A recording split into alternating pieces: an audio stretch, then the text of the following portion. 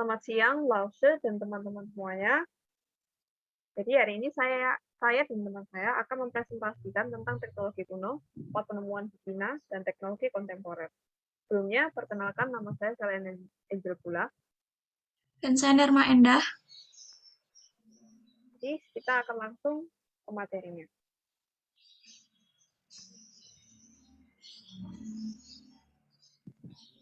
Topik utama dalam presentasi ini ada 3, yaitu teknologi kuno, 4 penemuan di Cina, dan teknologi kontemporer. Yang pertama, ada teknologi kuno Cina.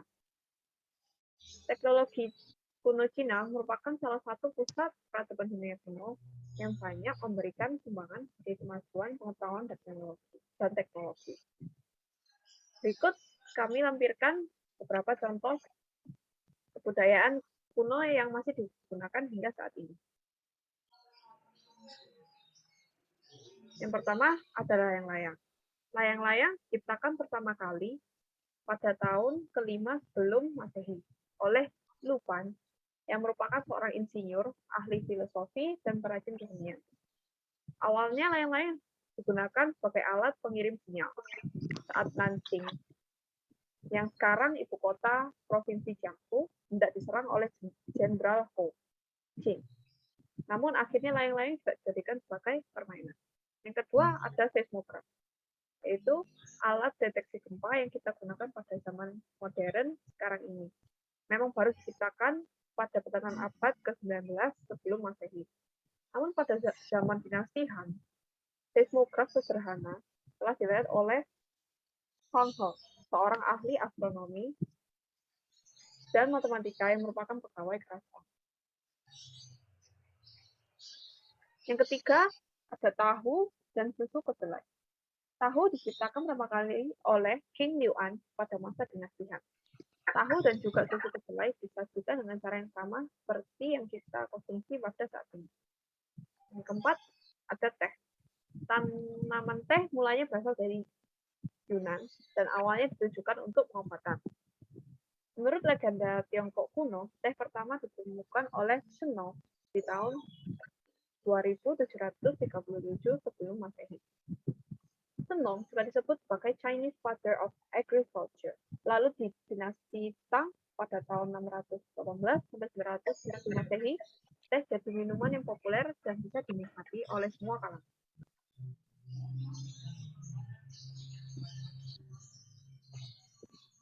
Yang kelima, ada akupuntur. Ini adalah teknik pengobatan dengan cara meletakkan jarum di titik-titik yang disebut meridian, yang tersebar di sekujur tubuh. Teknik ini telah diceritakan dalam teks Guangxi Neijing yang telah ada pada zaman perang. Jarum akupuntur tertua terbuat dari emas ditemukan di kuburan Liuzhong yang merupakan pangeran dari dinasti Han Barat. Yang keenam, ada mesin ketik portable. Mesin ketik portable dibuat pada masa dinasti Song oleh seorang bernama Pi Song. Ia mencetak setiap huruf dari tanah liat yang kemudian dikeraskan dengan pemanasan api. Huruf-huruf ini kemudian direkatkan ke besi untuk mencetak tulisan yang sama di banyak halaman kertas.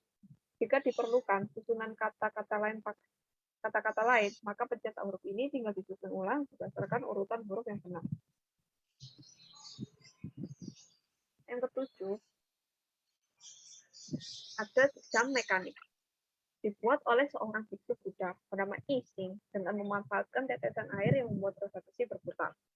Satu putaran roda mengindikasikan waktu 24 jam. 100 tahun kemudian, pada tahun 1092, Suzong membuat jam kosmik yang lebih modern dan menunjuk waktu dengan lebih akurat. Temuan ini 200 tahun lebih awal daripada temuan jam mekanik di Eropa. Yang ke-8 ada alat peleleh besi. Arkeolog membuktikan bahwa Cina telah menguasai teknik pelelehan besi sejak 5 Masehi pada zaman dinasti Zhou. Pada zaman dinasti Han, pelelehan besi sejak 5 Masehi pada zaman dinasti Zhou. Pada zaman dinasti Han, kain besi ini merupakan monopoli pemerintah dan menunjukkan kemajuan yang amat pesat. Yang ke-8 ada keramik. Keramik merupakan ciri khas hasil karya bangsa Cina. Pembuatan benda-benda dari keramik tersebut mengandung jiwa seni. Hal ini dapat dilihat dari berbagai keramik, terdapat berbagai macam bentuk hiasan, diskusi, keramik yang dihias oleh seekor naga, dan lain-lain.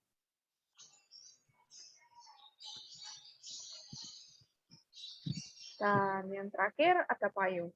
Payung yang ditemukan sekitar 3.500 tahun lalu. Konon, penciptanya adalah Lu Pan, tukang kayu dan penemu asal Tiongkok. Awalnya payung terinspirasi dari daun teratai yang dipakai anak-anak untuk melindungi diri saat hujan. Jelas, laman University of Southern California, payung dibuat dari kain yang dibentangkan lalu dipasang rangka yang fleksibel. Awalnya payung dibuat dari kain sutra, lalu diganti dengan kertas. Dengan cepat, payung ini menyebar ke seluruh dunia setelah digunakan untuk melindungi dari hujan dan panas akibat sangat patah hati.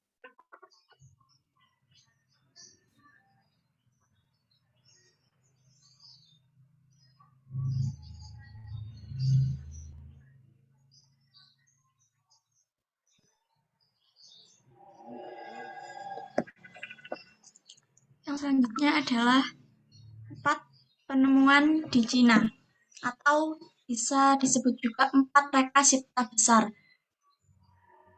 Adalah reka cipta dari Tiongkok kuno yang disanjung dalam budaya Tionghoa karena arti penting historisnya dan sebagai simbol dari sains dan teknologi Tiongkok kuno yang maju. 4 penemuan besar tersebut adalah kompas, bubuk mesiu, pembuatan kertas, dan percetakan. Keempat penemuan ini memiliki dampak besar pada perkembangan peradaban di seluruh dunia. Namun, beberapa cendekiawan Tiongkok modern berpendapat bahwa penemuan-penemuan Tiongkok lainnya mungkin lebih canggih dan memiliki dampak lebih besar pada peradaban Tiongkok. 4 penemuan besar ini hanya digunakan untuk menyoroti interaksi teknologi antara timur dan barat. Yang pertama ada kompas, adalah alat navigasi untuk menentukan arah mata angin berupa sebuah panah penunjuk magnetis yang bebas menyelaraskan dirinya dengan medan magnet bumi secara akurat. Kompas memberikan rujukan arah tertentu sehingga sangat membantu dalam bidang navigasi. Kompas pertama kali ditemukan oleh bangsa Tiongkok di antara abad ke-2 sebelum Masehi dan abad ke-1 Masehi, tepatnya di era dinasti Qin, yaitu tahun 255 sampai 206 sebelum Masehi. Saat pertama diciptakan, kompas digunakan untuk meramal nasib dalam ilmu Feng Shui. Kompas pertama dibuat dari batu permata berbentuk sendok dan batu magnet alami. Lalu bangsa Tiongkok memperbaiki kompas temuan mereka dan mengganti bahannya dengan jarum magnetik. Lambat laun, kompas ini menyebar ke seluruh dunia dan digunakan sebagai alat navigasi kapal. Yang kedua ada bubuk mesiu atau bubuk hitam yang digunakan sebagai bahan peledak, terbuat dari campuran belerang, arang, dan kalium nitrat yang membakar sangat cepat dan bahan pendorong pada senjata api dan kembang api. Bubuk mesiu diklarifikasikan sebagai bahan peledak lemah karena daya ledaknya yang rendah. Alkemis Tao dari Tiongkok adalah pencetusnya. Kaisar Wuti pada tahun 156 sampai 87 sebelum Masehi di era dinasti Han membiayai penelitian yang dilakukan oleh para alkemis tentang rahasia kehidupan abadi. Lalu alkemis itu bereksperimen dengan berbagai bahan kimia. Bangsa Tiongkok kemudian memanfaatkan bubuk mesiu untuk petasan, sementara bangsa Eropa memakai bubuk mesiu sebagai bahan peledak untuk meriam.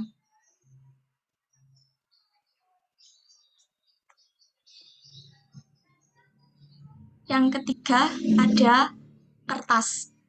Penemuan kertas memberi efek luar biasa bagi peradaban manusia. Kertas ditemukan di Tiongkok pada era dinasti Han. Kertas pertama diciptakan dari sobekan kain, lalu berganti menjadi kulit pohon, rami, dan bambu. Karena kebutuhan semakin besar, maka akhirnya kertas diproduksi secara massal.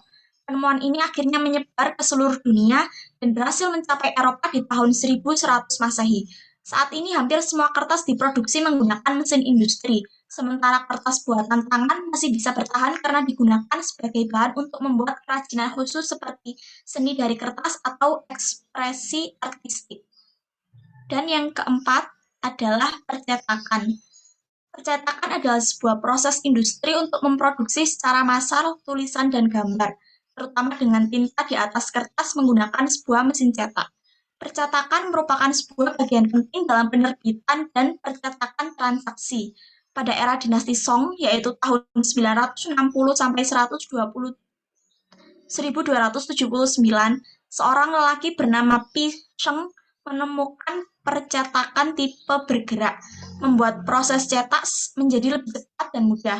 Pi Sheng pertama kali mengukir karakter individu pada potongan tanah liat dan mengeraskannya dengan api.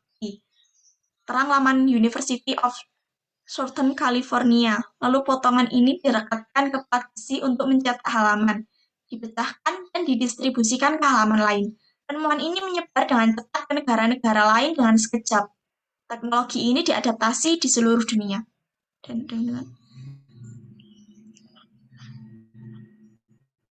Dan topik yang ketiga yaitu teknologi kontemporer. China telah membuat kemajuan besar dalam bidang teknologi dan sains. Bahkan sejak zaman dulu mereka sudah terkenal dengan penemuannya seperti pembuatan kertas, percetakan kompas, dan buku mesiu. Sepanjang sejarah, penemuan ini berkontribusi pada perkembangan ekonomi negara-negara lain di Asia Timur, Timur Tengah, dan Eropa. Saat ini banyak inovasi teknologi yang diciptakan oleh negara tirai bambu ini, seperti membangun waste-to-energy plant di Shenzhen, hingga rencana peluncuran Chengdu Artificial Moon yang dapat menerangi malam dan menggantikan lampu jalanan. Teknologi kontemporer sendiri merupakan teknologi yang ada di masa kini. Berikut adalah beberapa teknologi kontemporer Cina.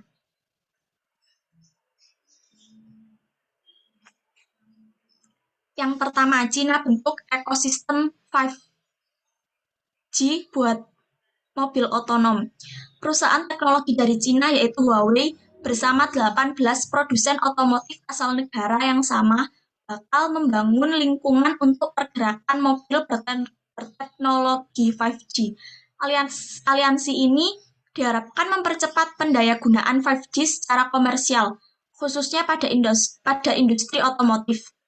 Beberapa produsen otomotif itu diantaranya First Automobile Group, Chang'an Automobile, Dongfeng Motor Corporation, SAIC Motor Corporation, Guangzhou Automobile Group, BYD Auto, Great Wall Motors, Chery Holdings, hingga GAC Motors.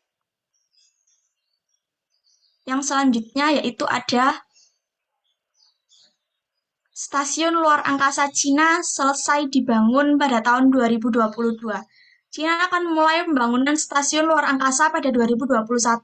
Wakil Kepala Proyek Peluncuran Changcheng 5, China Aerospace Science and Technology Corporation Chu Yiquang mengatakan ISS atau Stasiun Luar Angkasa Internasional versi Cina itu dinamakan Tiangong atau Istana Surga.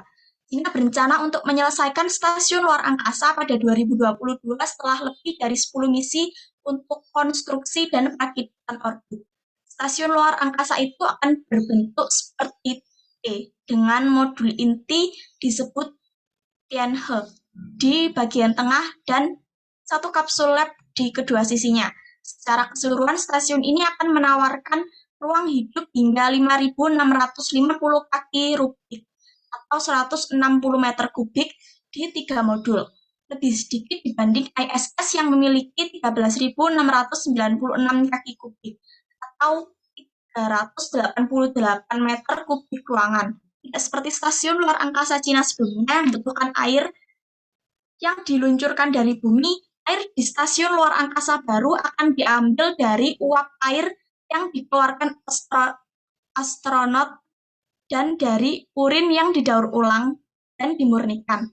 Stasiun luar angkasa ini juga membawa mesin yang dapat menghasilkan oksigen tambahan.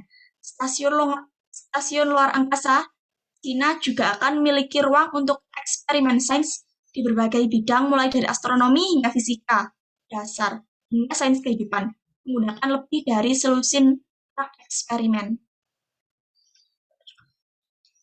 Yang ketiga ada kapal selam Cina Ventouche capai laut terdalam bumi.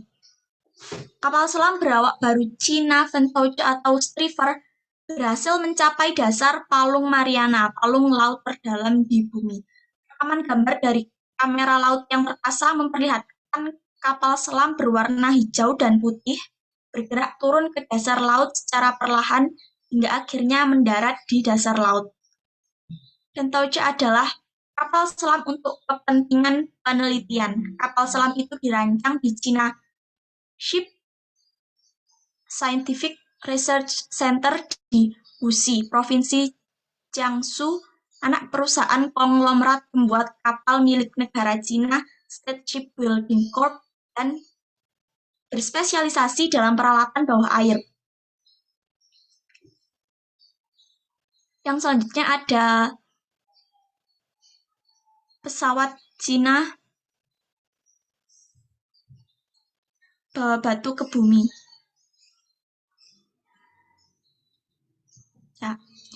Misi Chang'e 5 Cina mengirimkan pesawat luar angkasa tak berawak untuk memungut 2 kg batuan dan debu di bulan berhasil mendarat.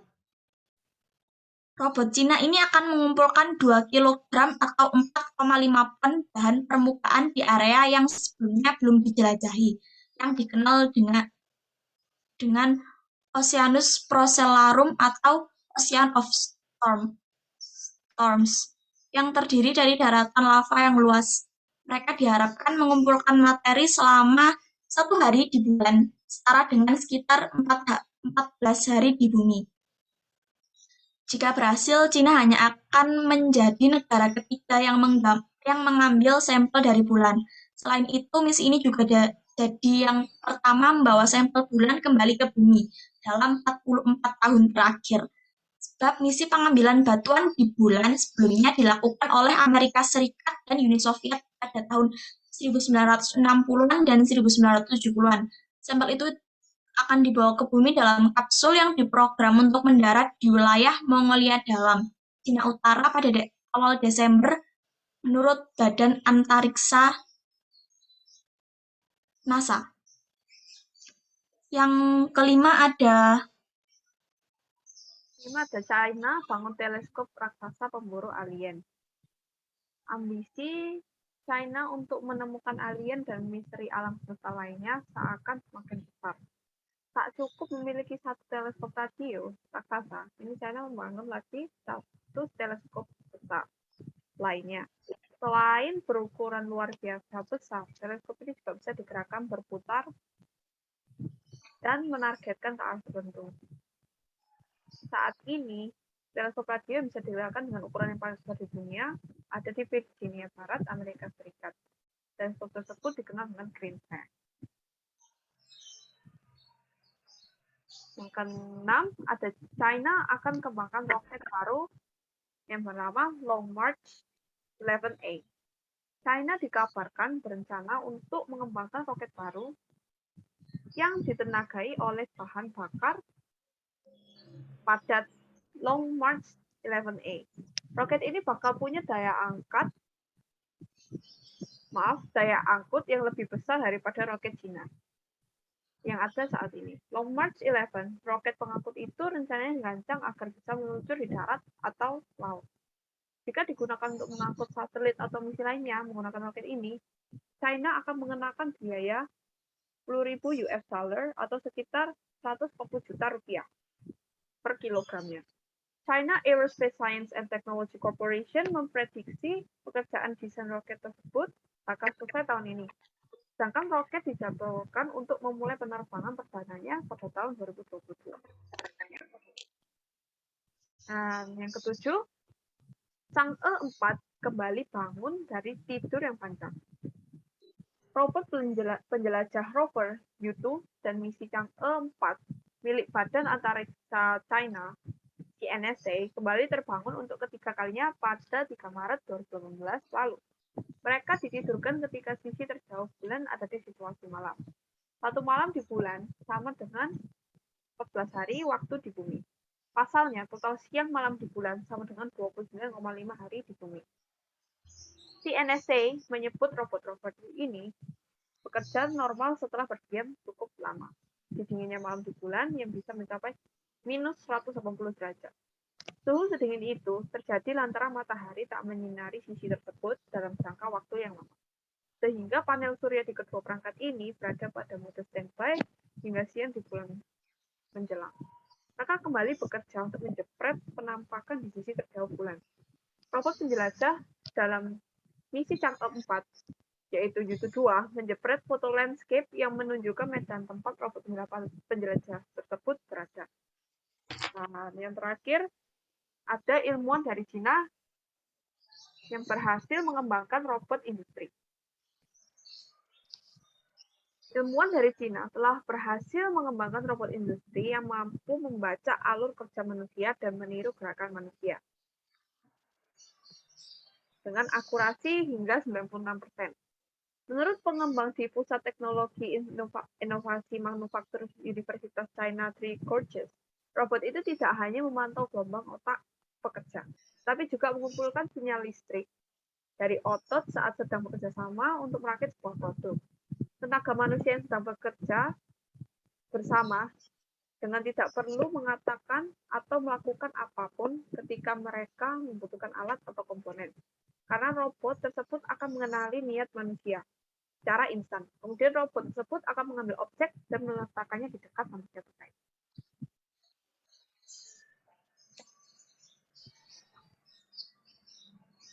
Kesimpulan dari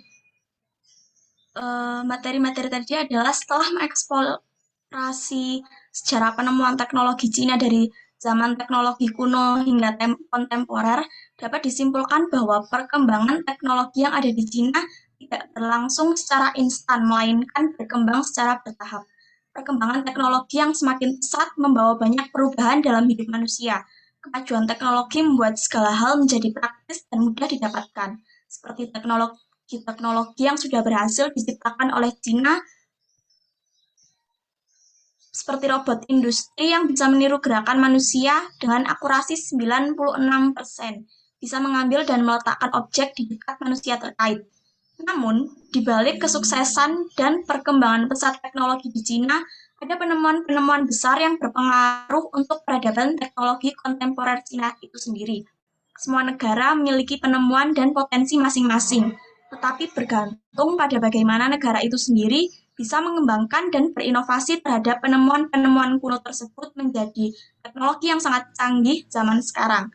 Kini seluruh penemuan teknologi zaman dulu menjadi struktur pemikiran, lantas menciptakan ide cemerlang untuk cikal bakal teknologi baru yang lebih hebat.